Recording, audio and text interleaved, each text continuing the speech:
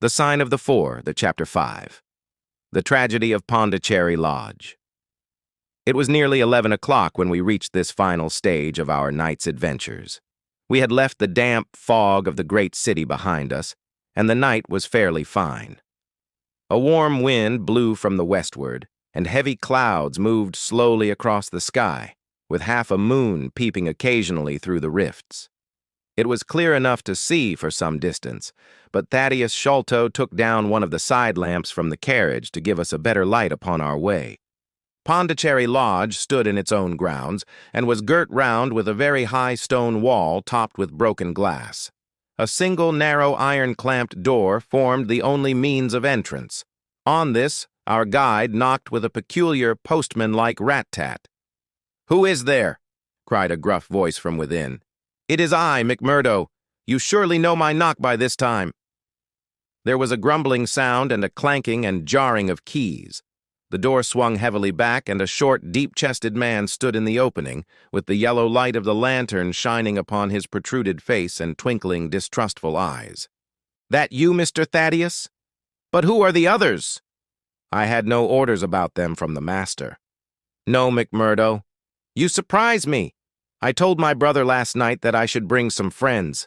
He ain't been out of his room today, Mr. Thaddeus, and I have no orders. You know very well that I must stick to regulations. I can let you in, but your friends must just stop where they are." This was an unexpected obstacle. Thaddeus Sholto looked about him in a perplexed and helpless manner. "This is too bad of you, McMurdo," he said. "If I guarantee them, that is enough for you. There is the young lady, too. She cannot wait on the public road at this hour." "Very sorry, Mr. Thaddeus," said the porter inexorably. "Folk may be friends of yours, and yet no friends of the master's. He pays me well to do my duty, and my duty I'll do. I don't know none of your friends." "Oh, yes, you do, McMurdo," cried Sherlock Holmes genially. "I don't think you can have forgotten me. Don't you remember the amateur who fought 3 rounds with you at Allison's rooms on the night of your benefit 4 years back?" "Not Mr. Sherlock Holmes!" roared the prize-fighter. "God's truth!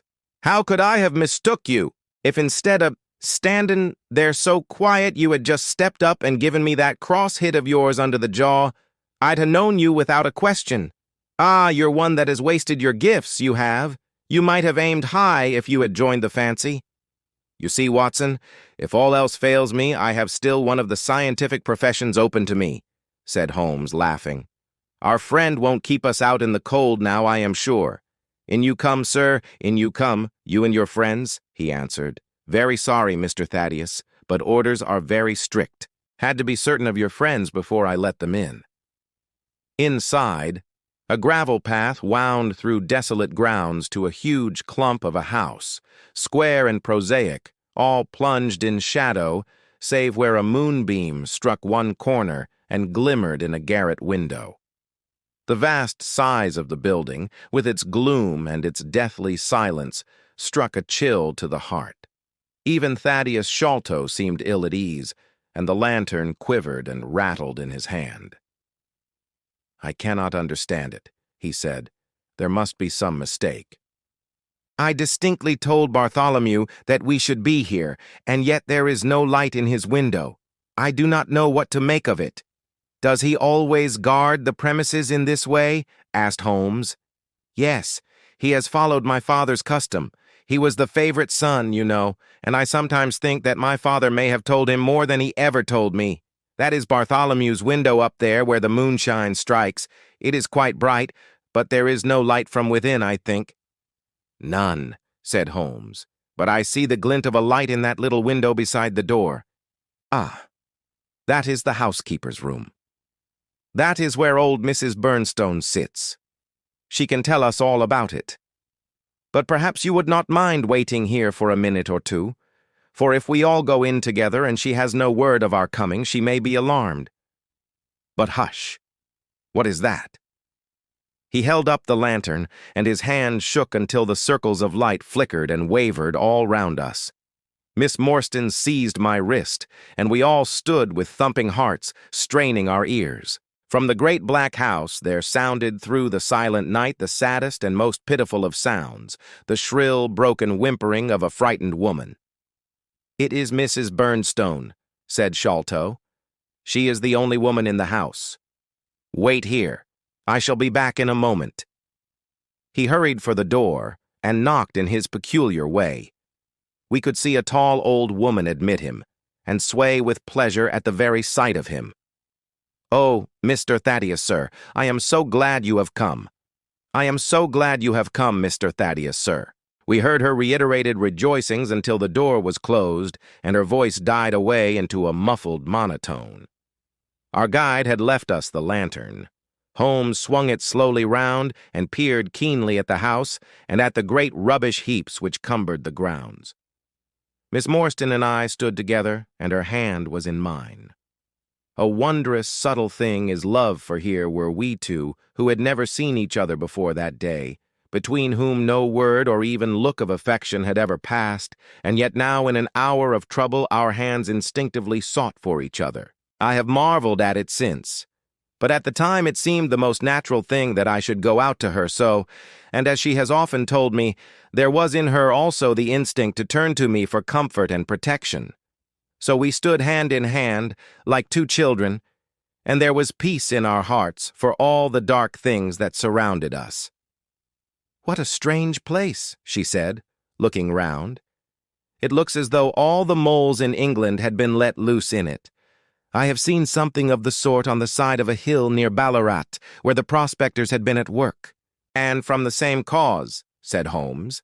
"These are the traces of the treasure-seekers. You must remember that they were 6 years looking for it. No wonder that the grounds looked like a gravel pit."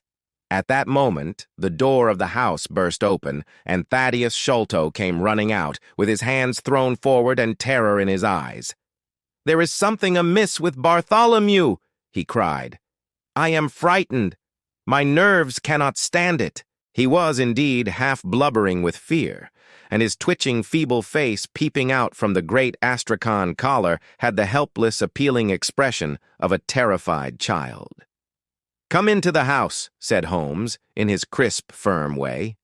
"Yes, do," pleaded Thaddeus Sholto. "I really do not feel equal to giving directions." We all followed him into the housekeeper's room, which stood upon the left-hand side of the passage. The old woman was pacing up and down with a scared look and restless picking fingers, but the sight of Miss Morstan appeared to have a soothing effect upon her. "God bless your sweet, calm face," she cried with an hysterical sob. "It does me good to see you. Oh, but I have been sorely tried this day." Our companion patted her thin, work-worn hand and murmured some few words of kindly, womanly comfort, which brought the color back into the other's bloodless cheeks.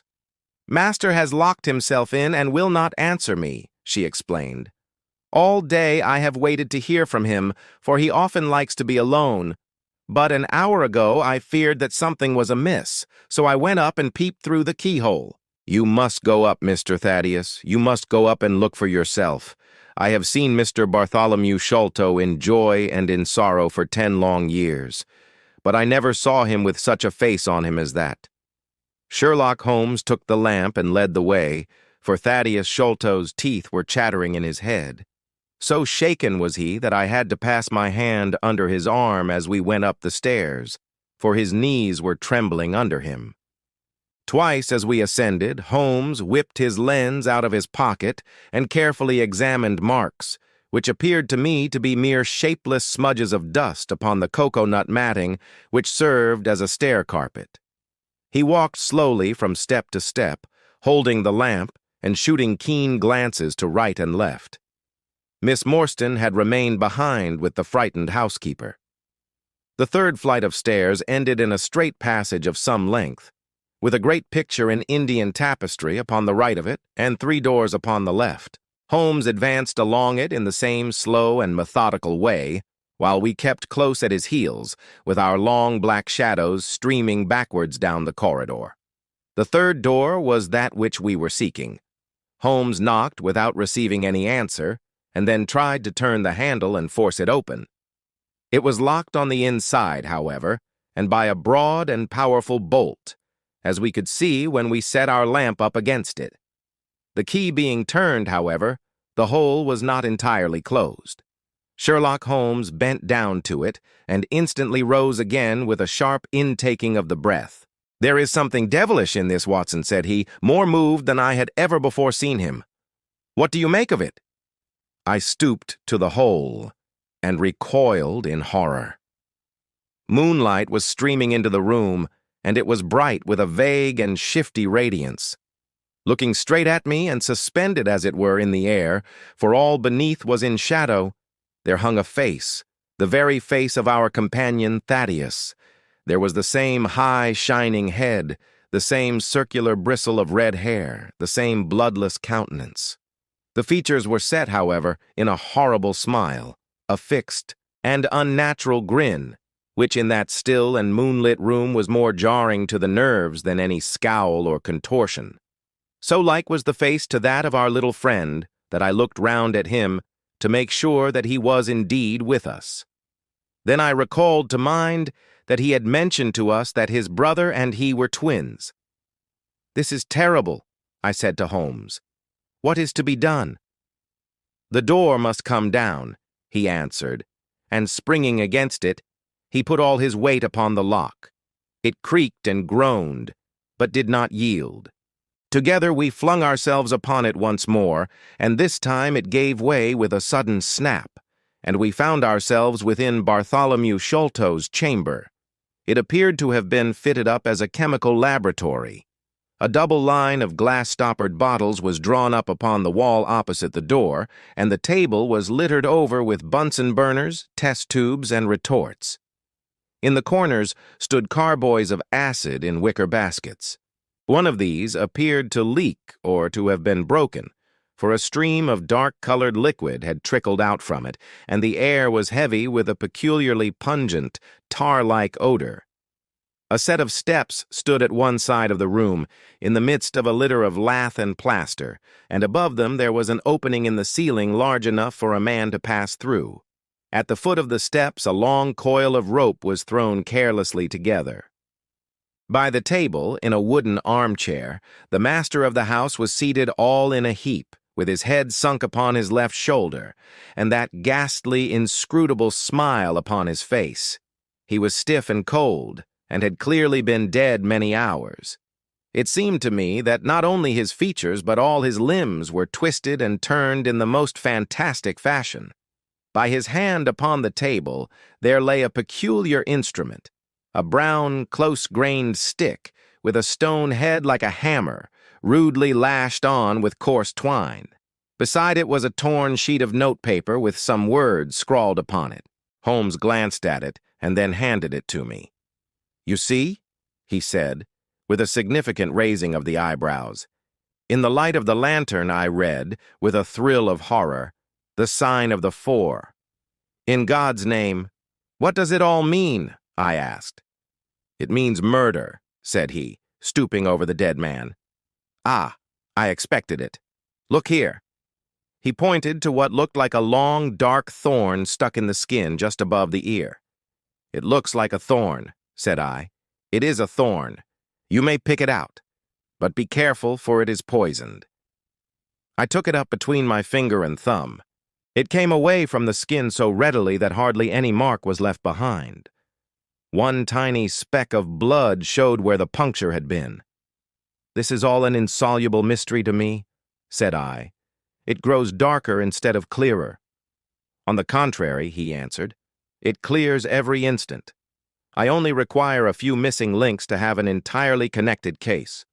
We had almost forgotten our companion's presence since we entered the chamber.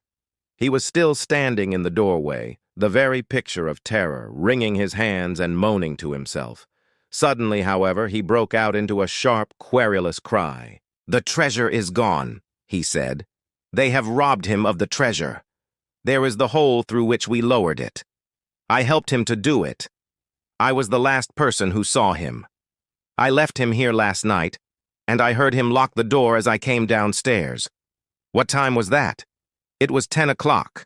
And now he is dead, and the police will be called in, and I shall be suspected of having had a hand in it. Oh, yes, I am sure I shall. But you don't think so, gentlemen? Surely you don't think that it was I? Is it likely that I would have brought you here if it were I? Oh dear, I know that I shall go mad. He jerked his arms and stamped his feet in a kind of convulsive frenzy. You have no reason for fear, Mr. Sholto, said Holmes kindly, putting his hand upon his shoulder. Take my advice and drive down to the station to report this matter to the police. Offer to assist them in every way. We shall wait here until your return.